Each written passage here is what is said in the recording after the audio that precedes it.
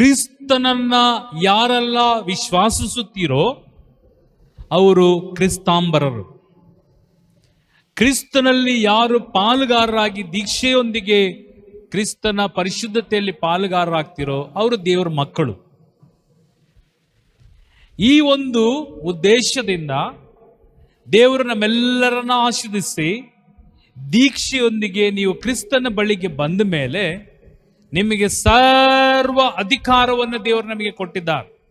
ಇದನ್ನು ನಾವು ಏನ್ ಮಾಡಲಿಲ್ಲ, ಇದನ್ನು ನಾವು ಪ್ರಾರ್ಥನೆ ಮೂಲಕ ನಾವು ಪಡ್ಕೊಳ್ಳಿಲ್ಲ, ಪ್ರಾರ್ಥನೆ ಮೂಲಕ ಪಡಿಲಿಲ್ಲ. ಆದರೆ ಬೇರೆ ಬೇರೆ ವಿಧದಲ್ಲಿ ನಾವು ಹಣ ಸೇರ್ಸೋದಿಕ್ಕೋ ಕೆಲಸದಲ್ಲೋ ನಾನಾ ರೀತಿಯಲ್ಲಿ ಸಮಯವನ್ನ ನಾವು ಯಾವ ರೀತಿಯಲ್ಲಿ ನಮ್ಮ ಅನುಕೂಲಕ್ಕೆ ತಕ್ಕಂತೆ ಮಾಡ್ಕೊಳ್ಬೇಕು ಅದನ್ನ ಮಾಡ್ಕೊಳ್ತಿದ್ದೀವಿ, ಮಾಡ್ಕೊಂಡು ಇಲ್ಲಿ ದೇವರು ಆ ಪವರನ್ನ ಯೇಸುವಿನ ಜೊತೆಯಲ್ಲಿದ್ದಂಥ ಶಿಷ್ಯರಿಗೆ ಕೊಟ್ಟಂತ ಈ ಒಂದು ಶಕ್ತಿಯನ್ನ ಉಪಯೋಗಿಸ್ಲಿಕ್ಕೆ ಅವರಿಗೆ ಆಗ್ಲಿಲ್ಲ, ಗೊತ್ತಿಲ್ಲ. ಇಲ್ಲಿ ಆ ದೆವ್ವವು, ಕಿವುಡು ದೆವ್ವ, ಮೂಕು ದೆವ್ವ, ಇವರು ಎಷ್ಟೋ ಸಲ ಏನೋ ಪ್ರಯತ್ನ ಮಾಡಿದ್ರು ಹೋಗ್ಲಿಲ್ಲ ದೆವ್ವ, ಪ್ರಾರ್ಥನೆ ಮಾಡಿದ್ರು ಹೋಗ್ಲಿಲ್ಲ ದೆವ್ವ. ಪ್ರಿಯ ಸಹೋದರ, ಪ್ರಿಯ ಸಹೋದರಿಯರೇ, ಪ್ರತಿಯೊಬ್ಬರಿಗೂ ಎಚ್ಚರಿಕೆಯಾದಂಥ ಮಾತು. ನಾನು ಹಂಗೆ ಇದ್ದೆ,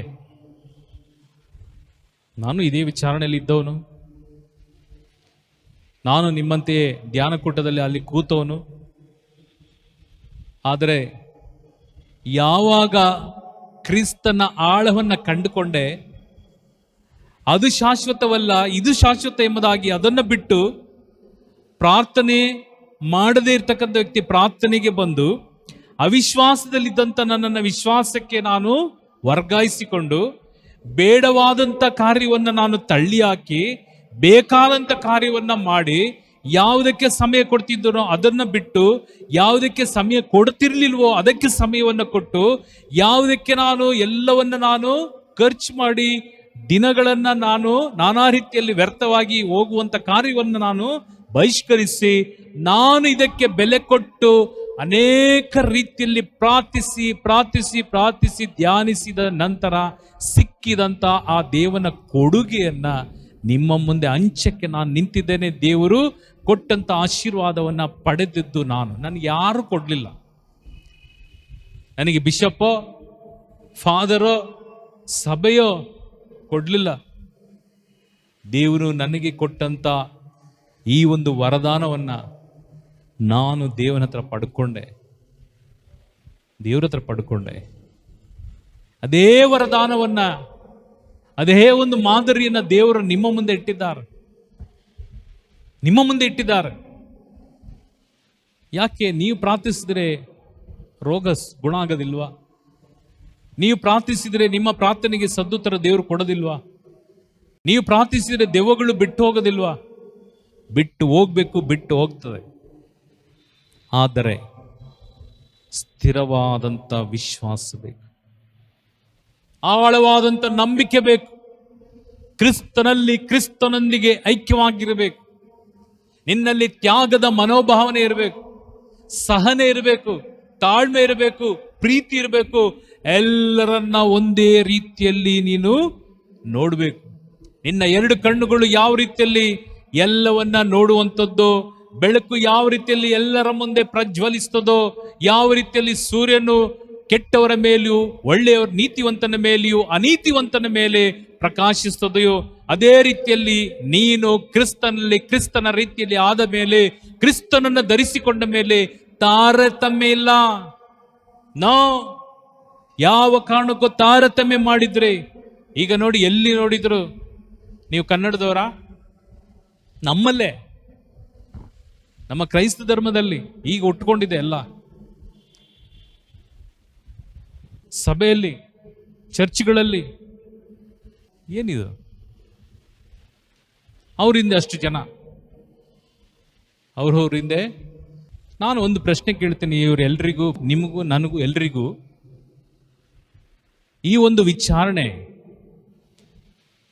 ಈ ಒಂದು ಧರ್ಮ ಕ್ಷೇತ್ರ ಮತ್ತು ಧರ್ಮಸಭೆ ಈ ಒಂದು ಪ್ಯಾರಿಸ್ ಪ್ರೀಸ್ಟ್ ಆಗಿ ಬಂದಂಥ ಒಂದು ಗುರು, ಆತನು ಯಾವ ಲ್ಯಾಂಗ್ವೇಜ್ ಆದರೂ ಆಗಿರಲಿ, ಇಲ್ಲಿ ಕೊಂಕಣಿಯವರಿದ್ದಾರೆ, ತಮಿಳವರಿದ್ದಾರೆ, ಕನ್ನಡದವರಿದ್ದಾರೆ, ತೆಲುಗಿನವರಿದ್ದಾರೆ, ಹಾಗೂ ಮಲಯಾಳೀಸು ಇದ್ದಾರೆ. ಎಲ್ಲರೂ ಅವ್ರನ್ನ ಏನಂತ ಕರಿತೇವೆ? ಜೋರಾಗಿ ಹೇಳ್ರಿ, ಫಾದರ್. ಫಾದರ್ ಅಂದ್ರೆ ಅರ್ಥ ಏನು? ತಂದೆ. ಜನ್ಮ ಕೊಟ್ಟ ತಂದೆ ಅಲ್ಲ, ಆಧ್ಯಾತ್ಮಿಕವಾದಂತ ತಂದೆ, ಆಧ್ಯಾತ್ಮಿಕವಾಗಿ ಬೆಳೆಸುವಂತ ತಂದೆ. ಈ ಆತ್ಮದ ವಿಷಯದಲ್ಲಿ ಚೈತನ್ಯವನ್ನ, ಬಲವನ್ನ ಕೊಡುವಂತ ತಂದೆ. ಆ ತಂದೆಯನ್ನ, ಯಾವುದೋ ಒಂದು ವ್ಯಕ್ತಿಯನ್ನ ನಾವು ಅಪ್ಪ ಎಂಬುದಾಗಿ ಕರೆಯುವಾಗ, ಫಾದರ್ ಎಂಬುದಾಗಿ ಕರೆಯುವಾಗ, ಆತನಲ್ಲಿ ತಾರತಮ್ಯ ಇದ್ರೆ, ಆತ ನಾನು ಕನ್ನಡದವನು, ಇವನ್ ತಮಿಳವನು, ಅಲ್ಲಿ ಭಾಷಾ ವಿಂಗಡನ, ಗುಂಪುಗಾರಿಕೆ ಮಾಡಿ ಇವ್ರ ಮದುವೆಗೆ ಅವ್ರು ಹೋಗಲ್ಲ, ಅವ್ರ ಮದುವೆಗೆ ಇವ್ರು ಬರಲ್ಲ, ಇವ್ರ ಬ್ಲೆಸ್ಸಿಂಗ್ ಅವ್ರು ಬರಲ್ಲ.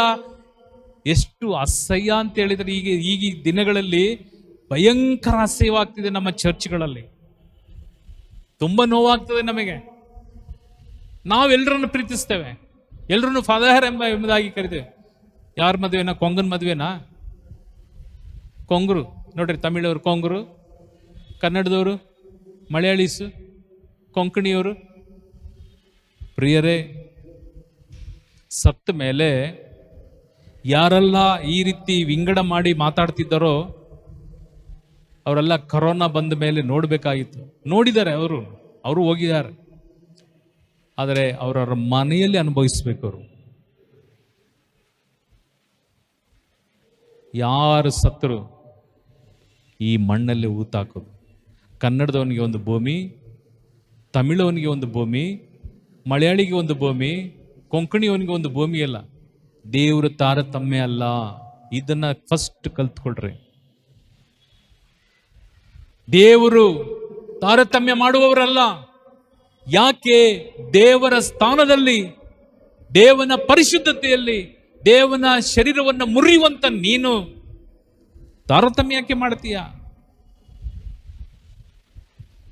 ಪ್ರೀತಿಸಿ, ಎಲ್ಲರನ್ನು ಪ್ರೀತಿಸಿ. ನಾನು ಹುಟ್ಟು ತಮಿಳವನು. ನನ್ನ ಭಾಷೆಯಲ್ಲಿ ಏನಾದರೂ ಲೋಪ ಇದೆಯಾ? ಹಲೋ, ಇದೆಯಾ? ನನ್ನ ಭಾಷೆಯಲ್ಲಿ ಏನಾದರೂ ವ್ಯತ್ಯಾಸ ಇದೆಯಾ? ಇಲ್ಲ. ಹೇಳ್ರಿ ಸ್ವಲ್ಪ. ನನ್ನ ಪಕ್ಕ ಬೇರೆ ಚಿಕ್ಕದ್ರಿಂದ ನಾವು ಕನ್ನಡದವರು ಅನ್ನೋರು ಬಂದು ನಿಂತ್ಕೊಂಡೆ.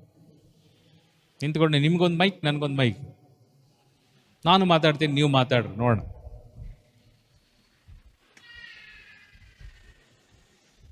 ಶಾ, ಸಾ, ಆ, ಳ ಉಚ್ಚರಿಸಕ್ಕೆ ಗೊತ್ತಿಲ್ಲ ಎಷ್ಟೋ ಜನಕ್ಕೆ. ಕನ್ನಡ ಪರವಾಗಿ ಜಗಳ ಮಾಡಿದವರು ಅವ್ರು ನನ್ನ ಹಿಂದೆ ಇದ್ದು ಕೆತ್ತಿಡಲ್ಲಿ ದೊಡ್ಡ ಚರ್ಚಲ್ಲಿ ಒಂದು ಪ್ರೇಯರಲ್ಲಿ ನಮೋ ಮರಿಯ ಪ್ರಾರ್ಥನೆ, ಎಷ್ಟು ಒಳ್ಳೆ ಪ್ರಾರ್ಥನೆ. ನಮೋ ಮರಿಯೇ ವರಪ್ರಸಾದದ ಪೂರ್ಣಿಯೇ, ವರಪ್ರಸಾದದ ತಾಯೇ. ಆಕೆ ಟೈಟಲ್ ನಮೋ ಮರಿಯೇ ವರಪ್ರಸಾದ ಪೂರ್ಣಿಯೇ. ಕರ್ತರು ನಿಮ್ಮೊಡನೆ ಇದ್ದಾರೆ, ಸ್ತ್ರೀಯರಲ್ಲಿ ನೀವು ಧನ್ಯರು, ಮತ್ತು ನಿಮ್ಮ ಉದರದಲ್ಲಿ ಜನಿಸಿದಂತ ಯೇಸು ಧನ್ಯನು. ಇದು ಪ್ರಾರ್ಥನೆ. ನಮೋ ಮರಿಯ ಪಪಾಪುಣೆ ಕತ್ತರು ನಿಮ್ಮಡ ಕತ್ತರು. ಸರಿ, ಕತ್ತೆ ಅಂತ ಹೇಳಲಿಲ್ಲ ನಾನೆಲ್ಲ. ಆಯ್ತು, ಸುಮ್ಮನೆ ಒಂದ್ಸಲ ತಿರುಗಿ ನೋಡಿದೆ. ಗಣ್ಯ ವ್ಯಕ್ತಿ, ಕನ್ನಡ ಪರ ಹೋರಾಡಿದವರು. ನಮೋ ಮರಿಯ ಪಪಾಪುಣೆ. ನಾನು ಎಲ್ಲೂ ಕೇಳಿಲ್ವಲ್ಲ ಪಪಾಪುಣೆ. ಇದೇನಿದು ಪಪಾಪುಣೆ?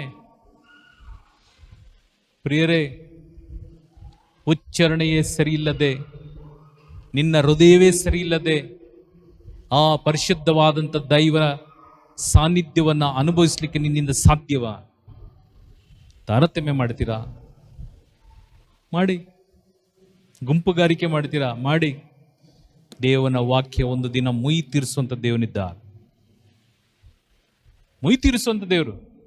ಮುಂಚೆ ನಾವು ಒಂದು ಫಂಕ್ಷನ್ಗೆ ಹೋಗುವಾಗ ಯಾವುದಾದ್ರು ಫಾದರ್ಸ್ ಆರ್ಡಿನೇಷನೋ, ಯಾವುದೋ ಒಂದು ಫಾದರ್ ಗುರುಗಳು ಸತ್ತೋದ್ರೆ ಎಲ್ಲರೂ ಬರೋರು.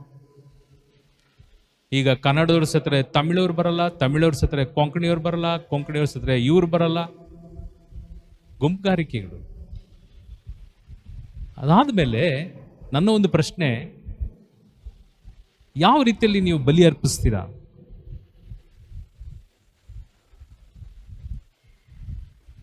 ಯಾವ ರೀತಿ ಪರಸ್ಪರ ಶಾಂತಿ ತೋರಿರಿ ಎಂಬುದಾಗಿ ಕೇಳ್ಕೊಳ್ತೀರಿ? ದೇವನು ಯೇಸು ಕ್ರಿಸ್ತನು ಬಂದದ್ದು ಪ್ರತಿಯೊಬ್ಬರಿಗಾಗಿ. ಆ ಯೇಸು ಕ್ರಿಸ್ತನನ್ನು ಪರಿಚಯಿಸುವಂಥದ್ದು ಯಾಜಕನ ಕರ್ತವ್ಯ. ಈ ಯಾಜಕನು ತಾರತಮ್ಯ ಮಾಡಿದ್ದಲ್ಲಿ, ಈ ಯಾಜಕನು ಗುಂಪುಗಾರಿಕೆ ಮಾಡಿದ್ದಲ್ಲಿ, ಈ ಯಾಜಕನು ನಾನು ಕೀಳ್ಜಾತಿ ಮೇಲ್ಜಾತಿ ಎಂಬುದಾಗಿ ಅಲ್ಲಿ ಜಾತಿ ಧರ್ಮಗಳ ವಿಂಗಡಣೆಯನ್ನು ಮಾಡುವವನು ಸ್ವರ್ಗ ಸಾಮ್ರಾಜ್ಯಕ್ಕೆ ಸೇರಲಾರ. Praise lord. ಹಲ್ಲೆಲೂಯಾ. Hallelujah. ಇದು ಯೂಟ್ಯೂಬಲ್ಲಿ ಬ್ರಾಡ್ಕಾಸ್ಟ್ ಆಗಬೇಕು, ಸಾವಿರಾರು ಲಕ್ಷಾಂತರ ಜನ ನೋಡಬೇಕು. ಸತ್ತಾಗ ಯಾರು ಏನು ತಗೊಂಡೋಗೋದಿಲ್ಲ. ಕನ್ನಡದವನು ಸತ್ತಾಗ ಬೌಟ, ಕನ್ನಡ ಬೌಟ, ಓ ಇವ್ರು ಕನ್ನಡದವರು ಅಂತೇಳಿ ಕರ್ನಾಟಕ ಇಡೀ ಅವನ್ ಸಾವಿಗೆ ಹೋಗಲ್ಲ. ತಮಿಳವ್ರು ಸತ್ತಾಗ ಓಹೋ ತಮಿಳವ್ರು ಸತ್ತೋಗಿದ್ದಾರೆ ಅಂತೇಳಿ ಇಡೀ ತಮಿಳ್ನಾಡೇ ಬರೋದಿಲ್ಲ. ಸಾವಿಗೆ ಬರೋದು ಯಾರು? ಎಲ್ರು. ಭಾಷೆಯಲ್ಲಿ ನೀವು ಆಟ ಆಡಿದ್ರೆ, ಜಾತಿಯಲ್ಲಿ ಆಟ ಆಡಿದ್ರೆ, ಧರ್ಮಗಳಲ್ಲಿ ಆಟ ಆಡಿದ್ರೆ, ಲಾಸ್ಟ್ ಬೈಬಲ್ ಪ್ರಕಾರ ಮನುಷ್ಯ ಕಿತ್ತಾಡೋದು ಯಾವ್ದು ಗೊತ್ತಾ? ಎರಡು. ಒಂದು ನೀರಿಗೆ, ಒಂದು ಧರ್ಮ. ನೋಡಿ, ನನ್ನ ಧರ್ಮ ಸರಿ, ನನ್ನ ಧರ್ಮ ಸರಿ, ನನ್ನ ಧರ್ಮ ಸರಿ, ಯಾವ ಧರ್ಮ ಗೊತ್ತಿಲ್ಲ. ನೆಕ್ಸ್ಟ್ ನೀರಿಗಾಗಿ ಸಾಯ್ತಾರೆ. ತಮಿಳ್ನಾಡು ಕರ್ನಾಟಕ ಕಿತ್ತಾಡ್ತಾ ಇದ್ದಾರೆ ನೋಡ್ರಿ. ಆ ಥರ ಇಡೀ ಪ್ರಪಂಚದಲ್ಲಿ ಫ್ರೀಯಾಗಿ ಕೊಟ್ಟಿರ್ತಕ್ಕಂಥ ದೇವರು ನೀರನ್ನು ಕಾಲಕ್ರಮೇಣ ಬತ್ತೋಗ್ತಾ ಇದೆ, ಎಲ್ಲವೂ ಬತ್ತೋಗ್ತಾ ಇದೆ. ಇನ್ನು ಸ್ವಲ್ಪ ದಿನ ನೋಡ್ರಿ, ವಾಕ್ಯ ಯಾವುದು ಸುಳ್ಳಾಗಿಲ್ಲ, ಸುಳ್ಳಾಗೋದಿಲ್ಲ. ಬರೆದಿಟ್ಕೊಳ್ರಿ ಬೇಕಾದ್ರೆ, ಇವತ್ತು ಎಲ್ಲಾನು ಏನಿದೆ ಬರೆದಿಟ್ಕೊಳ್ರಿ. Praise lord. ಹಲ್ಲೆಲೂಯಾ. Hallelujah. ಇಲ್ಲಿ ಯೇಸು ಸ್ವಾಮಿ ಪ್ರತಿಯೊಬ್ಬರನ್ನು ಉದ್ದೇಶಿಸಿ ಹೇಳ್ತಕ್ಕಂಥದ್ದು, ನಿಮ್ಮ ಜೊತೆಯಲ್ಲಿ ಎಷ್ಟು ಕಾಲ ಇರಲಿ, ನೀವು ಎಷ್ಟು ನನ್ನನ್ನು ಅರ್ಥ ಮಾಡಿಕೊಂಡಿದ್ದೀರ, ನೀವು ಯಾಕೆ ಪ್ರಾರ್ಥನೆ ಮಾಡುವಾಗ ದೆವ್ವ ಬಿಟ್ಟು ಹೋಗ್ಲಿಲ್ಲ? Price lord. Hallelujah. Hallelujah. Hallelujah. Hallelujah. ಅದಾದ್ಮೇಲೆ ಶಿಷ್ಯರು ಸಪರೇಟ್ ಆಗಿ ಬಂದು ಯೇಸು ಸ್ವಾಮಿನ ಕೇಳಿದರು, ಸ್ವಾಮಿ ಹೌದು, ನಾವು ಪ್ರೇಯರ್ ಮಾಡೋದು ಯಾಕೆ ಹೋಗ್ಲಿಲ್ಲ? ಅದು ನೀವು ನೋಡಿದ ತಕ್ಷಣ ಅದು ಚೀರಿ ಹೊಟ್ಟೋಗ್ತಲ್ಲ, ಎಷ್ಟೋ ವರ್ಷಗಳಿದ್ದಂತ. ಅದಕ್ಕೆ ಅವ್ರ ತಂದೆನ ಕನ್ಫರ್ಮ್ ಮಾಡ್ತಾರೆ ಯೇಸು ಸ್ವಾಮಿ, ಅಯ್ಯ ಈ ದೆವ್ವವು ಯಾವಾಗ ಹಿಡಿದಿದ್ದು, ಯಾವಾಗಿಂದ ಈ ಪ್ರಾಬ್ಲಮ್ ಇದೆ? ಅಪ್ಪ ಎಸಪ್ಪ, ಬಾಲ್ಯದಿಂದ ಚಿಕ್ಕ ಮಗುವಾಗಿದ್ದಾಗಲೇ ಈ ದೆವ್ವವು ಈ ಮಗನನ್ನ ಕಾಡ್ತಿತ್ತು, ಯಾವಾಗ್ಲೂ ಸಾಯಿಸ್ಬೇಕು ಅಂತಿತ್ತು, ಸಾಯಿಸ್ಲಿಕ್ಕೆ ಆಗ್ಲಿಲ್ಲ. ಯಾಕೆ? ಒಂದು ದಿನ ಯೇಸು ಹತ್ರ ಬರ್ಬೇಕಾಗಿತ್ತು, ಯೇಸುವಿನ ಸಂಧಿಸಬೇಕಾಗಿತ್ತು. ಆ ಆತ್ಮ, ಆ ಶರೀರವು ಶುದ್ಧ ಆಗ್ಬೇಕಾಗಿತ್ತು. ಅದಕ್ಕಾಗಿ ನೀವು ಎಲ್ಲೋ ಇದ್ರಿ, ಹೇಗೋ ಜೀವಿಸ್ತಾ ಇದ್ರಿ, ಯೇಸು ಕ್ರಿಸ್ತನು ನಿಮ್ಮನ್ನ ಆ ಅಶುದ್ಧದಿಂದ ಶುದ್ಧಕ್ಕೆ ತಂದೆಯಾರ. ಆ ಲೋಕದ ಮಕ್ಕಳಿಂದ ನೀವು ದೈವ ಮಕ್ಕಳ ಬಳಿಯಲ್ಲಿ ನೀವು ಬಂದಿದ್ದೀರಿ. ಎಲ್ಲೋ ಜೀವಿಸಿದಂತ ವ್ಯಕ್ತಿಗಳು ನೀವು ಪರಿಶುದ್ಧವಾಗಿ ಜೀವಿಸಲಿಕ್ಕೆ ದೇವನ ಸಾನ್ನಿಧ್ಯಕ್ಕೆ ಬಂದಿದ್ದೀರಿ. ದೇವರು ನಿಮ್ಮನ್ನ ಆಯ್ಕೆ ಮಾಡಿಕೊಂಡಿದ್ದಾರೆ. ಬಾಲ್ಯದಿಂದಲೇ ಇವನನ್ನ ಕಾಡ್ತಿತ್ತು ಸ್ವಾಮಿ ಎಂಬುದಾಗಿ ಹೇಳುವಾಗ, ಏಸು ಆ ಮೂಕ ದೈವಕ್ಕೂ ಕಿವುಡು ದೈವಕ್ಕೂ ಕಟ್ಟಪ್ಪಣೆ ಮಾಡುವಾಗ ಅವನ್ನ ಬೀಳಿಸಿ ಚೀರಿಸಿ ಬಿಟ್ಟು ಹೋಯ್ತು ಎಂಬುದಾಗಿ ಆ ಶಕ್ತಿಯನ್ನ, ಆ ಪವರನ್ನ ದೇವನ್ನು ಪ್ರತಿಯೊಬ್ಬರಿಗೂ ಶಿಷ್ಯರಿಗೂ ಕೊಟ್ಟಿದ್ರು, ಉಪಯೋಗಿಸಲಿಕ್ಕೆ ಆಗಲಿಲ್ಲ. ಕಾರಣಕ್ಕೆ ಯೇಸು ಇರುವ ತನಕ, ಸರಿಯಾಗಿ ಗಮನಿಸಿರಿ, ಯೇಸು ಇರುವ ತನಕ ಈ ಪೀಳಿಗೆ ಅಂದರೆ ಶಿಷ್ಯರು ಯಾವ ಪವಾಡವೂ ಮಾಡಲಿಕ್ಕೆ ಪ್ರಯತ್ನ ಮಾಡಲಿಲ್ಲ. Praise lord. Hallelujah. Hallelujah. Hallelujah. Yesu ಇರುವ ತನಕ ಯಾವ ಪವಾಡವೂ ಮಾಡಲಿಲ್ಲ, ಪವಾಡ ಮಾಡ್ಲಿಕ್ಕೂ ಅವರ ಮನಸ್ಸು ಮಾಡಲಿಲ್ಲ. ಏಕೆಂದರೆ ರಕ್ಷಕನ ಜೊತೆಯಲ್ಲಿ ಇದ್ದಂತ ಶಿಷ್ಯರು. ಯೇಸು ಸತ್ತ ನಂತರ, ಯೇಸು ಮರಣವನ್ನು ಹೊಂದಿ ಪುನರುತ್ಥಾನ ಹೊಂದಿದ ಮೇಲೆ ಶಿಷ್ಯರಿಗೆ 50 ದಿವಸಗಳ ಕಾಲ ಪಂಚಶತಮಿಯ ಹಬ್ಬ. ಈ ಪಂಚಶತಮಿ 50 ದಿನದ ಹಬ್ಬದ ಆ ದಿನದವರೆಗೂ ಯೇಸು ಕ್ರಿಸ್ತನು 3 ವರ್ಷಗಳ ಕಾಲ ಶಿಷ್ಯರಿಗೆ ಬಹಿರಂಗವಾಗಿ ಬೋಧಿಸಿದಂತ ಬೋಧನೆಯನ್ನ ಮತ್ತೆ ಅವರು ರೀಕಾಲ್ ಮಾಡಿಸ್ತಾರೆ. ಏಸು, ನಾನೇ ಏಸು, ನಿಮ್ಮ ಮಧ್ಯದಲ್ಲಿ ಇದ್ನಲ್ಲ, ಅಪ್ಪವನ್ನ ಮುರಿದ್ನಲ್ಲ, ಇದೋ 12 ಜನ ಶಿಷ್ಯರನ್ನು ಆಯ್ಕೆ ಮಾಡಿಕೊಂಡಲ್ಲ, ಇದೋ ನಿಮ್ಮ ಮಧ್ಯದಲ್ಲಿ ಅನೇಕ ಪವಾಡ ಮಾಡಿ, ಅದೇ ಯೇಸು ನಾನು ಸತ್ತು ಪುನರುತ್ಥಾನ ಹೊಂದಿ ನಿಮ್ಮ ಹತ್ರ ಬಳಿಗೆ ಬರ್ತೇನೆ ಎಂಬುದಾಗಿ ಹೇಳಿದ್ನಲ್ಲ, ಅದೇ ಯೇಸು ನಾನು ಎಂಬುದಾಗಿ ಆ ಪರಿಶುದ್ಧ ಆತ್ಮನ ಅಭಿಷೇಕವನ್ನ ಎಲ್ಲರಿಗೂ ಸಮವಾಗಿ ಹಂಚಿಕೊಟ್ಟಂತ ಆ ಆಶೀರ್ವಾದದೊಂದಿಗೆ ಇವತ್ತಿಗೂ ತಾಯಿ ಧರ್ಮಸಭೆಯಲ್ಲಿ ನಮ್ಮೆಲ್ಲರಿಗೂ ಅದೇ ಆಶೀರ್ವಾದವನ್ನ ಹಂಚಿ ಆತ್ಮರ ಶಕ್ತಿಯೊಂದಿಗೆ ತ್ರಯೇಕತ್ವದ ನಾಮದಲ್ಲಿ ದೀಕ್ಷಾಸ್ಥಾನದ ಮೂಲಕ ಹಾಗೂ ಪರಮಪ್ರಸಾದದ ಮೂಲಕ ದೃಢೀಕರಣದ ಮೂಲಕ ನಮ್ಮಲ್ಲಿ ಯೇಸು ವಾಸ ಮಾಡುವಂತ ಪರಿಶುದ್ಧವಾದಂಥ ಸಾನ್ನಿಧ್ಯವನ್ನ ಕೊಟ್ಟಂತ ಆ ವಾಕ್ಯವೇ ಈ ಪರಿಶುದ್ಧವಾದಂಥ ವಾಗ್ದಾನದ ವಾಕ್ಯ. ಇದಕ್ಕಾಗಿಯೇ ಯೇಸು ಕ್ರಿಸ್ತನ ಸಂದೇಶ ನಾನು ನಿಮಗೆ ಲೋಕಾಂತ್ಯದವರೆಗೆ ಇರ್ತೇನೆ ಎಂಬುದಾಗಿ. ಆದರೆ ಜನ ಅರ್ಥ ಮಾಡ್ಕೊಳ್ತಿಲ್ಲ, ತುಂಬಾ ಬಿಸಿ, ಭಯಂಕರ ಬಿಸಿ. ಹಣ ಗಳಿಸ್ಬೇಕು, ಆಮೇಲೆ ಫ್ರೀ ಇಲ್ಲ, ಪ್ರೇಯರ್ ಹೋಗಪ್ಪ, ಯಾರು ಪ್ರೇಯರ್ ಮಾಡ್ತಾರೆ, ಯಾರು ಪ್ರೇಯರ್ಗೆ ಬರ್ತಾರೆ? ಒಂದು ದಿನ ಇದೆ, ಹಾಸಿಗೆ ಮೇಲೆ ಮಲಗಿದಾಗ ನಿಮಗೆ ನನಗೆ ಬೇಕಾಗಿರ್ತಕ್ಕಂಥ ಒಂದೇ ಒಂದು ಪ್ರಾರ್ಥನೆ. ನಾನು ಆಸ್ಪತ್ರೆಯಲ್ಲಿ ನನ್ನ ಮಿಸ್ಸಸ್ ಮಲಗಿರುವಾಗ ICU ಅಲ್ಲಿ 16 ಬೆಡ್ ಇತ್ತು. 16 ಜನಕ್ಕೂ ವೆಂಟಿಲೇಟರ್ ಹಾಕಿದರು. ಆ ಮೀಟರ್ ಓಡ್ತಾ ಇದೆ, ಕುಯ್ ಕುಯ್ ಕುಯ್ ಕುಯ್ ಕುಯ್ ಕುಯ್ ಸೌಂಡ್. ಅಲ್ಲಿ ಕೂತು ನಾನು ಪ್ರಾರ್ಥನೆ ಮಾಡ್ತಾ ಇದ್ದೆ ಹೊರಗಡೆ. ಅಯ್ಯೋ ಸತ್ತೋದ್ನಾ. ಎಸ್,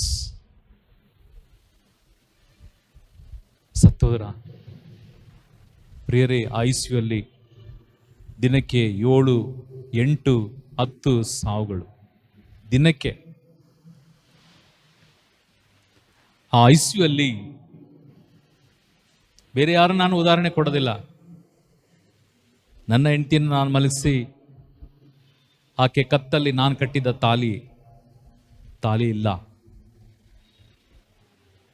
ಆಕೆ ಇಷ್ಟಪಟ್ಟು ಕಿವಿಗೆ ರಿಂಗ್ ಮಾಡಿಸಿ ಹಾಕಿದ್ದು ಓಲೆ ಇಲ್ಲ. ಶಾಸ್ತ್ರ ಸಂಪ್ರದಾಯ ಎಂಬುದಾಗಿ ಕಾಲಲ್ಲಿ ಕಾಲು ಉಂಗುರ ಹಾಕಿದ್ದು ಕಾಲು ಉಂಗುರ ಇಲ್ಲ. ಜನರ ಸಮ್ಮುಖದಲ್ಲಿ ನಿಂತು ಕೈಗೆ ಉಂಗುರ ಹಾಕಿದ್ದು ಉಂಗುರ ಇಲ್ಲ. ರೇಷ್ಮೆ ಸೀರೆ, ಇದೇ ಸಿಲ್ ಫ್ಯಾಕ್ಟರಿಯಲ್ಲಿ ನಾನು ತಕ್ಕೊಟ್ಟಿದ್ದೆ ಸೀರೆ. ಆ ಸೀರೆ ಉಟ್ಕೊಳ್ಳುವಂಥದ್ದಲ್ಲ. ಏನು ಆಭರಣಗಳನ್ನು ಮಾಡಿಸಿಕೊಂಡ್ರೋ ಹಾಕುವಂಥದ್ದಲ್ಲ. ಇಷ್ಟಪಟ್ಟದ್ದು ತಿನ್ಲಿಕ್ಕೆ ಇಲ್ಲ. ನಮ್ಮ ಹಾಸಿಗೆಯಲ್ಲಿ ನಾನು ಫ್ರೀಯಾಗಿ ಮಲಗ್ತೇನೆ, ಮಲಗಲಿಕ್ಕೆ ಆಗೋದಿಲ್ಲ. ಗಂಡನ ಪಕ್ಕ ಮಲಗಬೇಕು, ಇಲ್ಲ ಹೆಂಡತಿ ಪಕ್ಕ ಮಲಗಬೇಕು, ಇಲ್ಲ ಮಕ್ಕಳ ಜೊತೆ ಮಲಗಲಿಕ್ಕೆ ಆಗೋದಿಲ್ಲ. ಆ ಪೇಷಂಟ್ ಹತ್ರ ಹೋಗಿ, ಇಲ್ಲ ನನ್ನ ಹೆಂಡತಿ ಹತ್ರನೇ ಹೋಗಿ, ಅಮ್ಮ ನಿನಗೆ ಬಿರಿಯಾನಿ ಬೇಕಾ, ಅಮ್ಮ ನೀನು ಮಾಡಿಸಿದಂಥ ಚೈನ್ ಹಾಕೊಳ್ತೀಯಾ, ನೀನು ಇಷ್ಟಪಟ್ಟು ರೇಷ್ಮೆ ಸೀರೆ ತಗೊಂಡಲ್ಲ ಉಟ್ಕೊಳ್ತೀಯಾ, ನೀನು ಮಾಡಿಸಿದ್ದಿಲ್ಲ ಚಿನ್ನದ ಬಳೆ ಹಾಕೊಳ್ತೀಯಾ ಕೇಳುವಾಗ ಏನು ಹೇಳ್ಬೋದು ಉತ್ತರ? ಹಲೋ ಮೂರ್ಖ, ನಾನು ದಿನಗಳನ್ನು ಎಣಿಸ್ತಾ ಇದ್ದೇನೆ, ಸಾವು ನನ್ನ ಕಣ್ಣ ಮುಂದೆ ಇದೆ. ಚಿನ್ನ ಬೇಕಾ, ಹಣ ಬೇಕಾ ಬೇಡ, ಮನೆ ಬೇಕಾ ಬೇಡ, ಸೀರೆಗಳು ಬೇಡ, ಏನ್ ಬೇಕು? ಊಟ, ಪ್ರಾರ್ಥನೆ. ನನ್ನ ಮಿಸ್ಸಸ್ಗೆ ಡೈಲಿ ಪ್ರಾರ್ಥನೆ ಮಾಡ್ತಿದ್ದೆ. ಪಕ್ಕದ ಬೆಡ್ಡವ್ರು ಕರೆಯೋರು, ಪ್ಲೀಸ್ ಅವ್ರು ಯಾವ ಧರ್ಮಕ್ಕೆ ಸೇರಿದವರು ಗೊತ್ತಿಲ್ಲ. ಇಡೀ ವಾರ್ಡಲ್ಲಿ ಎಲ್ರಿಗೂ ಪ್ರಾರ್ಥನೆ ಮಾಡ್ತಿದ್ದೆ. ಅವ್ರು ಬದುಕ್ತಾರೋ ಬಿಡ್ತಾರೋ ಅದು ಪ್ರಶ್ನೆ ಅಲ್ಲ. ಕಡೆದಾಗಿ ಕ್ರಿಸ್ತನ ಹೆಸರಿನಲ್ಲಿ ಅವರಿಗೆ ಬ್ಲೆಸ್ ಮಾಡಿದ್ದು. ಪ್ರಿಯರೇ, ಆ ಆಸ್ಪತ್ರೆಯಲ್ಲಿ ಒಂದು ರೋಗಿಯಾಗಿ ಮಲಗಿದ್ದ ಆ ರೋಗಿಗೆ ಕೇಳಬೇಕು ಏನ್ ಬೇಕು ಎಂಬುದಾಗಿ. ಅವರು ಎಂಥ ಶ್ರೀಮಂತನಾಗಿದ್ದರು, ಎಂತಹ ಒಂದು ಈ ಪ್ರಪಂಚದಲ್ಲಿ ಎಂಥ ಡಿಗ್ರಿಯನ್ನು ತಗೊಂಡಿದ್ದರು. ಸಾವಿನ ಹಾಸಿಗೆಯಲ್ಲಿ ಮಲಗಿದಂಥ ವ್ಯಕ್ತಿಗೆ ಬೇಕಾಗಿರ್ತಕ್ಕಂಥ ಒಂದೇ ಒಂದು ಕಾರ್ಯ, ಈ ಕ್ರಿಸ್ತನ ಪರಿಶುದ್ಧವಾದಂಥ ದೇವನ ಸಂದೇಶ, ಈ ವಾಕ್ಯಗಳು ಮಾತ್ರವೇ. ಇದು ಮಾತ್ರ ಆ ಹಾಸಿಗೆಯಲ್ಲಿ ಮಲಗಿರ್ತಕ್ಕಂಥ ವ್ಯಕ್ತಿಗೆ ಅಗತ್ಯವಾದದ್ದು. ಅವನು ಒಳ್ಳೆ ವಿದ್ಯಾವಂತನಾಗಿರಲಿ, ಅವನು ಒಳ್ಳೆ ದೊಡ್ಡ ಒಂದು ಇಡೀ ಪ್ರಪಂಚಕ್ಕೆ ನಂಬರ್ 1 ಶ್ರೀಮಂತನಾಗಿರಲಿ, ಎಂತಹ ಒಂದು ಮನೆ ಕಟ್ಟಿದ್ರು ಮಣ್ಣು ಯಾವಾಗಲೂ ನಮ್ಮನ್ನು ಎಚ್ಚರಿಸ್ತದೆ. ಇಲ್ಲಿಗೆ ನೀನು ಬರಬೇಕು, ಮಣ್ಣಿಗೆ ಬರಬೇಕು. ಮಣ್ಣು ಹೇಳ್ತದೆ, ಅಯ್ಯ ಎಲ್ಲಿ ಓಡಾಡ್ತಿದ್ಯಾ, ಅಹಂಕಾರದಲ್ಲಿ ಮೆರಿತಿದ್ಯಾ, ಒಂದು ದಿನ ಇಲ್ಲೇ ಬರಬೇಕು, ನನ್ನ ಹತ್ರ ಬರಬೇಕು. ಮಣ್ಣು ಹೇಳುತ್ತೆ ಮಣ್ಣಿಗೆ ಹೋಗ್ಬೇಕು. ಮರಿಬೇಡ್ರಿ, ಮಣ್ಣು ನಮಗೆ ಸ್ವಂತ. ಒಂದು ಸೊಳ್ಳೆ ಕಚ್ಚಿದ್ರೆ ನಮಗೆ ಆಗೋದಿಲ್ಲ, ಮಲಗಿಸಿದ್ರೆ ಮಣ್ಣಲ್ಲಿ ಇರ್ತಕ್ಕಂಥ ಹುಳ ಉಪ್ಪಟ್ಟಗಳು ಶರೀರವನ್ನು ತಿನ್ನತ್ತೆ. ಇವತ್ತು ಗಾಸ್ಪಲ್ ನೀವು ಕೇಳಿದ್ರೆ, ಒಂದು ದುಷ್ಟನು ನರಕಕ್ಕೆ ಹೋಗುವಾಗ, ಒಂದು ಪಾಪಿಷ್ಟನು ನರಕಕ್ಕೆ ಹೋಗುವಾಗ, ಆ ನರಕದಲ್ಲಿ ಬೆಂಕಿ ಆಗೋದಿಲ್ಲ, ಅವನ ಭಯಂಕರವಾಗಿ ಸುಡ್ತಾನೆ ಇರ್ತದೆ. ಕಚ್ಚುವಂತ ಹುಳವು ಸಾಯುವುದಿಲ್ಲ. ಯಾವ ಹುಳ? ಕೇವಲ ಈ ಹುಳ ಉಪ್ಪಟ್ಟ ಅಲ್ಲ. ಏನು ನೀವು ಈ ಪ್ರಪಂಚದಲ್ಲಿ ಹಾವು ಚೇಳು ಏನೆಲ್ಲ ಹೇಳ್ತಿದ್ದೀರಿ, ಅದೆಲ್ಲವೂ ಅದಕ್ಕಿಂತಲೂ ವಿಷವಾದಂಥ ಹುಳ ಉಪ್ಪಟ್ಟಗಳು ನರಕದಲ್ಲಿದ್ದಾವೆ. ಅದು ಒಂದಲ್ಲ ಎರಡಲ್ಲ, ಲಕ್ಷಾಂತರ. ಒಂದು ಪಾಪಿ ನಿಂತರೆ ಸಾಕು, ಈ ಭೂಮಿಯಲ್ಲಿ ಎಷ್ಟು ಪಾಪ ಮಲಿನವನ್ನ ಮಾಡಿದ್ರಿ, ದೇವರ ವಾಕ್ಯವನ್ನು ತಿರಸ್ಕರಿಸಿದ್ರಿ, ಅದಕ್ಕೆ ತದ್ವಿರೋಧವಾಗಿ ಹಾವು ಕಂಡ್ರೆ ಈಗ ನೀವು ಕೂತಿರ್ತೀರಾ, ನಿಮ್ಮ ಮುಂದೆ ಹಾವು, ಅದು ಚಿಕ್ಕದೆ, ಅದು ಎಡೆ ಹಿಡ್ಕೊಂಡು ಬಂದು ನಿಂತ್ಕೊಬಿಡ್ತದೆ ನಿಮ್ಮ ಹತ್ರ. ಏನು ಮಾಡ್ತೀರಿ? ಓಡ್ತೀರಿ. ಅದು ಹೆಂಗೆ ಓಡ್ತೀರಿ ಗೊತ್ತಾ? ಈ ಬೆಂಚ್ ಮೇಲೆ ಹತ್ತಿ, ಬೆಂಚಿಂದ ದಾಟಿ ದಾಟಿ ದಾಟಿ ಬಿದ್ದು, ಅದಾದ್ಮೇಲೆ ಎದ್ದು ಓಡೋಗ್ತೀರಿ. ನರಕದಲ್ಲಿ ಓಡಲಿಕ್ಕೆ ಸಾಧ್ಯ ಇಲ್ಲ, ಜಾಗ ಇಲ್ಲ ಓಡಲಿಕ್ಕೆ. ಒಂದು ಸಲ ನರಕವನ್ನು ಎಂಟ್ರಿ ಮಾಡಿದ ತಕ್ಷಣನೇ ಅಲ್ಲಿ ನಿಮ್ಮ 2 ಕಾಲುಗಳು ಎಷ್ಟು ನಿಲ್ಲಕ್ಕೆ ಇದೋ ಅಷ್ಟೇ ಜಾಗ, ತಿಳ್ಕೊಳ್ರಿ. ಆ ನರಕದಲ್ಲಿ ಹಿಂಗೆ ಮುಟ್ಲಿಕ್ಕೆ ಆಗೋದಿಲ್ಲ, ಹಿಂಗೆ ಯಾವನ್ನು ಮುಟ್ಲಿಕ್ಕೆ ಆಗೋದಿಲ್ಲ. ಕಾರಣ ಭಯಂಕರವಾದಂಥ ಬೆಂಕಿಯ ಅವೆ, ಸುಡುವಂತ ಆವಿ. ಪಕ್ಕದಲ್ಲಿರೋನು ಬೈತಾನೆ, ನೆಟ್ಟಿಗೆ ನಿಂತು, ಇಲ್ಲಾದ್ರೂ ನರಕದಲ್ಲಾದ್ರೂ ನಿಂತು ದರಿದ್ರದವರೇ ಅನ್ಕೊಂಡು. ಭೂಮಿಯಲ್ಲಿ ಆಟ ಆಡದೆ ನಿಂತ್ಕೋ, ನೆಟ್ಟಿಗೆ ನಿಂತ್ಕೋ. ಅಲ್ಲಿಯೂ ನೆಟ್ಟಿಗಿರ್ಬೇಕು. ಹಿಂಗ್ ಬಿಂದ್ರೆ ಮುಂದೆ ಇರೋನು ಮುಗಿತಾನೆ, ಹಿಂಗಂದ್ರೆ ಹಿಂದೆ ಇರೋರು. ಅದಾದ ಮೇಲೆ ನರಕದಲ್ಲಿ ಹಾವುಗಳು ಮೇಲೆ ಹರಿಯುತ್ತೆ. ಆ ಹಾವು ನಿಮ್ಮ ಕಣ್ಣು ಮುಂದೆ ಇದ್ದು ನಿಮ್ಗೆ ಕೊಟ್ಟಕ್ಕಿದ್ರೆ ಹೆಂಗಿರ್ತದೆ? ಕಿರ್ಚಿದ್ರು ಒಬ್ಬನು ನಿಮ್ಮನ್ನ ಕಾಪಾಡಲಿಕ್ಕಿಲ್ಲ. ಆ ಹಾವನ್ನು ನರಕದಲ್ಲಿ ಸುಡ್ಲಿಕ್ಕೆ ಸಾಧ್ಯ ಇಲ್ಲ, ಸುಡಲ್ಲ ಹಾವುಗಳು. ಅದು ದೇವನು ಪ್ರತ್ಯೇಕಿಸಿದಂತ ಒಂದು ಜಾಗ. ಈ ಜಾಗ ನಿನಗೆ ಬೇಕಾ? ಇವತ್ತು ಪ್ರಶ್ನಿಸಿಕೊಳ್ಳ್ರಿ. ಆ ಜಾಗ ನಿಮಗೆ ಬೇಕಾ? ಆ ಜಾಗ ಬೇಕಾದವರು ಈಗ ಏನು ವಾಕ್ಯವನ್ನು ಕೇಳಿದ್ದೀರಿ ಅದನ್ನು ತಿರಸ್ಕಾರ ಮಾಡಿಕೊಳ್ಳ್ರಿ. ನಿಮ್ಮ ಇಷ್ಟದಂತೆ ನಡಿಬೋದು, ಏನು ತೊಂದರೆ ಇಲ್ಲ. ಆದರೆ ಒಂದು ದಿವಸ ಒಂದು ಸತ್ಯ, ಸಾವು ನಿಮಗೂ ನನಗೂ ಕಟ್ಟಿಟ್ಟಂತ ಬುತ್ತಿ. ಸಾವು ಮಾತ್ರ ನಿಮ್ಮನ್ನು ಬಿಡೋದಿಲ್ಲ, ನಮ್ಮನ್ನು ಬಿಡೋದಿಲ್ಲ. ಅದು ನಮ್ಮ ಬೆನ್ನಿಂದ ಇದೆ. ಈ ಸಾವು ಯಾವಾಗ ಅನಿರೀಕ್ಷಿತವಾಗಿ ಬರ್ತದೋ, ಈ ಉಸಿರು ಹೋಗಿದ ತಕ್ಷಣನೇ ಲೆಕ್ಕಕ್ಕೆ ನಿಂತ್ಕೊಳ್ಬೇಕು ನಾವು. ನೋ ಎಕ್ಸ್ಕ್ಯೂಸೇ ಇಲ್ಲ. ಅದಕ್ಕಾಗಿ ಇಲ್ಲಿ ದೇವರ ವಾಕ್ಯ ಹೇಳ್ತಿದೆ, ಮತ್ತಾಯನ ಶುಭ ಸಂದೇಶ 8ನೇ ಅಧ್ಯಾಯಕ್ಕೆ ತಿರುಗಿಸ್ಕೊಳ್ರಿ. Matthew chapter 8 verse 8-9. ಮತ್ತಾಯ 8ನೇ ಅಧ್ಯಾಯ ವಾಕ್ಯ 8ರಿಂದ 10 ವಾಕ್ಯ.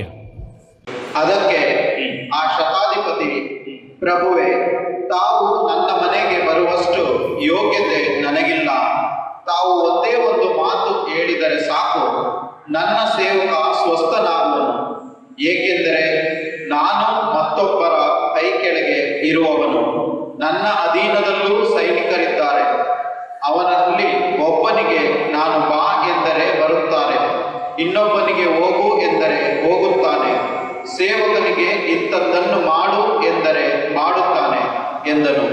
ಈ ಮಾತನ್ನು ಕೇಳಿದ್ದೆ ಯೇಸುವಿಗೆ ಅತಿ ಆಶ್ಚರ್ಯವಾಯಿತು. ತಮ್ಮನ್ನು ಹಿಂಬಾಲಿಸಿ ಬರುತ್ತಿದ್ದ ಜನರನ್ನು ನೋಡಿ ಹೀಗೆಂದರು, ಇಂಥ ಆಳ ವಿಶ್ವಾಸವನ್ನು ನಾನು ಇಸ್ರೇಲ್ ಜನರಲ್ಲಿ ಕೂಡ ಕಾಣಲಿಲ್ಲವೆಂದು ನಿಮಗೆ ನಿಶ್ಚಯವಾಗಿ ಹೇಳುತ್ತೇನೆ. Praise the lord. ಬಲಗೈ ಮೇಲೆ ಮಾಡಿ ಪ್ರೈಸ್ ದಿ ಲಾರ್ಡ್ ಹೇಳಿ. Hallelujah, hallelujah, hallelujah. ಪ್ರಿಯರೇ, ಈ ವಾಕ್ಯದ ಪ್ರಕಾರ ಯೇಸು ಸ್ವಾಮಿ ಹತ್ರ ಬಂದದ್ದು ಶತಾಧಿಪತಿ, ಅವನು ಅಕ್ರೈಸ್ತ. ಅವನು ಸಹ ಅವನು ಯೇಸುವಿನ ಬಳಿಗೆ ಬಂದು ಅವನಿಗಾಗಿ ಏನು ಕೇಳಲಿಲ್ಲ, ಅವನ ಸಹೋದ್ಯೋಗಕ್ಕಾಗಿ ಕೇಳಿದ. ಅವನ ಜೊತೆಯಲ್ಲಿದ್ದಂಥ ವ್ಯಕ್ತಿಗೆ ಭಯಂಕರವಾದಂಥ ಕಾಯಿಲೆ. ಅವನಿಗೆ ಗೊತ್ತಿತ್ತು, ಯೇಸುವಿನ ಬಗ್ಗೆ ಗೊತ್ತಿತ್ತು, ಯೇಸುವಿನ ವಾಕ್ಯವನ್ನ ಕೇಳಿದ್ದ. ನೀವು ಯೇಸು ಸ್ವಾಮಿ ಹತ್ರ ಹೋದ್ರೆ ನನ್ನ ಸೇವಕನು ಗುಣ ಆಗ್ತಾನೆ ಎಂಬುದಾಗಿ ಅವನಿಗೆ ತುಂಬಾ ಚೆನ್ನಾಗಿ ಗೊತ್ತ ಕಾರಣ ಅವನು ಯೇಸುವಿನ ಬಳಿಗೆ ಬರ್ತ. ಯಾರನ್ನ ನೀವಿದ್ದೀರಿ? ಅಕ್ರೈಸ್ತರಿದ್ದಾಗಿದ್ದೀರಿ. ಇಲ್ಲಿ ಒಂದು ತಿಳ್ಕೊಳ್ರಿ, ಇಲ್ಲಿ ಅನೇಕರು ತಪ್ಪು ಭಾವನೆಯನ್ನು ಇಟ್ಕೊಂಡಿದ್ದಾರೆ. ಮತಾಂತರ ಮಾಡ್ತಾರೆ ಕ್ರೈಸ್ತರು ಎಂಬುದಾಗಿ. ಕ್ರೈಸ್ತರು ಮತಾಂತರ ಮಾಡ್ತಾ ಇಲ್ಲ. ಇಲ್ಲಿ ಕ್ರೈಸ್ತರು ಮಾಡುವಂತ ಒಂದೇ ಒಂದು ಕಾರ್ಯ ಆತ್ಮ ಪರಿವರ್ತನೆ. ಆತ್ಮ ಪರಿವರ್ತನೆಗೂ ಮತಾಂತರಕ್ಕೂ ತುಂಬಾ ವ್ಯತ್ಯಾಸ ಇದೆ. ಯಾರು ಯಾವ ಕಾರಣಕ್ಕೂ ಒಂದು ಹಿಂದುವೋ, ಒಂದು ಕ್ರೈಸ್ತನೋ, ಒಂದು ಮುಸ್ಲಿಮೋ ನೀವು ನಮ್ಮ ಧರ್ಮಕ್ಕೆ ಬಂದು ಸೇರ್ಕೊಂಡ್ರಿ ಅಂದ್ರೆ ಅಟ್ಟಾಡ್ಸ್ಕೊಂಡು ಹೊಡಿತಾರೆ. ಹುಚ್ಚರು ಈ ಕೆಲಸ ಮಾಡೋದಿಲ್ಲ.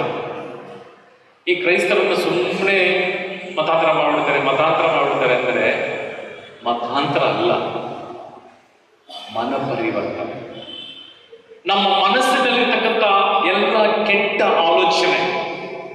ಈಗ ಅನೇಕರು ಸ್ಟೇಟ್ಮೆಂಟ್ ಕೊಡ್ತಾರೆ, ನೀವು ನ್ಯೂಸ್ಗಳಲ್ಲಿ ನೋಡ್ಬೋದು. ಅವ್ರನ್ನ ಕೊಚ್ಚಾಕ್ಬಿಡ್ರಿ, ಕೊಚ್ಚಾಕಿ ನೋಡೋಣ. ನೀನ್ ಕೊಚ್ಚಾಕು. ಹೇಳೋನ್ ತಂದು ಮಚ್ಚ ತಗೊಂಡು ಬಂದು ಅವನ್ ಕೊಚ್ಚಬೇಕು. ಅವನ್ ಏನ್ ಹೇಳೋದು? ಕೊಚ್ಚಾಕ್ರಿ, ನೀನ್ ಕೊಚ್ಚಾಕು ಫಸ್ಟ್. ಒಂದು ಧರ್ಮ ಬೋಧಕನು ಹೇಳ್ತಾನೆ, ಕ್ರೈಸ್ತರನ್ನ, ಮುಸ್ಲಿಮನ್ನ, ಬೇರೆ ಸಂಘ ಗುಂಪುಗಳನ್ನ ಕೊಚ್ಚಾಕ್ಬಿಡ್ರಿ ಅಂತಾನೆ. ಪ್ರಿಯರೇ, ಕೊಚ್ಚಾಕಕ್ಕೆ ನೀನ್ ಯಾರು?